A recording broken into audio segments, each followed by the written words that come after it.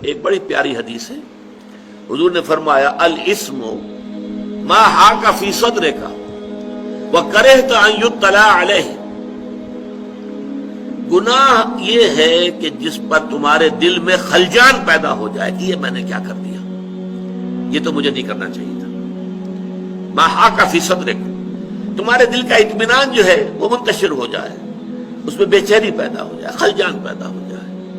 وَكَرِهْتَ أَن يُطَّلَعَ عَلَيْكَ، اور تم اسے ناپسند کرو کہ لوگوں کے علم میں آئے کہ اس نے یہ کام کیا ہے۔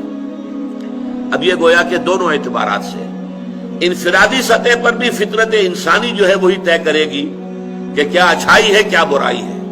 جو اس کی جانی پہچانی شے ہے وہ معروف ہے، اور جو جس سے وہ ابا کرتی ہے، جس سے انکار کرتی ہے نہیں یہ ٹھیک کام نہیں ہے، برا کام ہے، وہ منکر ہے۔ اور اجتماعی سطح پر بھی ایک معاشرہ جو صحیح بنیادوں پر استوار ہو چکا ہو، اس معاشرے میں آپ کو یہ شکل نظر آئے گی کہ معاشرے کے اندر نیکی کا ایک تصور قائم ہوگا، اور آپ نہیں چاہیں گے اگر آپ سے کوئی حرکت سرزد ہو گئی ہے تو آپ چاہیں گے لوگوں کی نگاہ میں نہ آئے، کیونکہ لوگوں کا فیصلہ بحیثیت مجموعی درست ہوگا اس کے بارے میں۔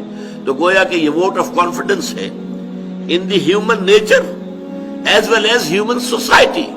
انسانی معاشرہ بھی صحیح حکم لگاتا ہے، خیر کو خیر اور شر کو شر کہتا ہے۔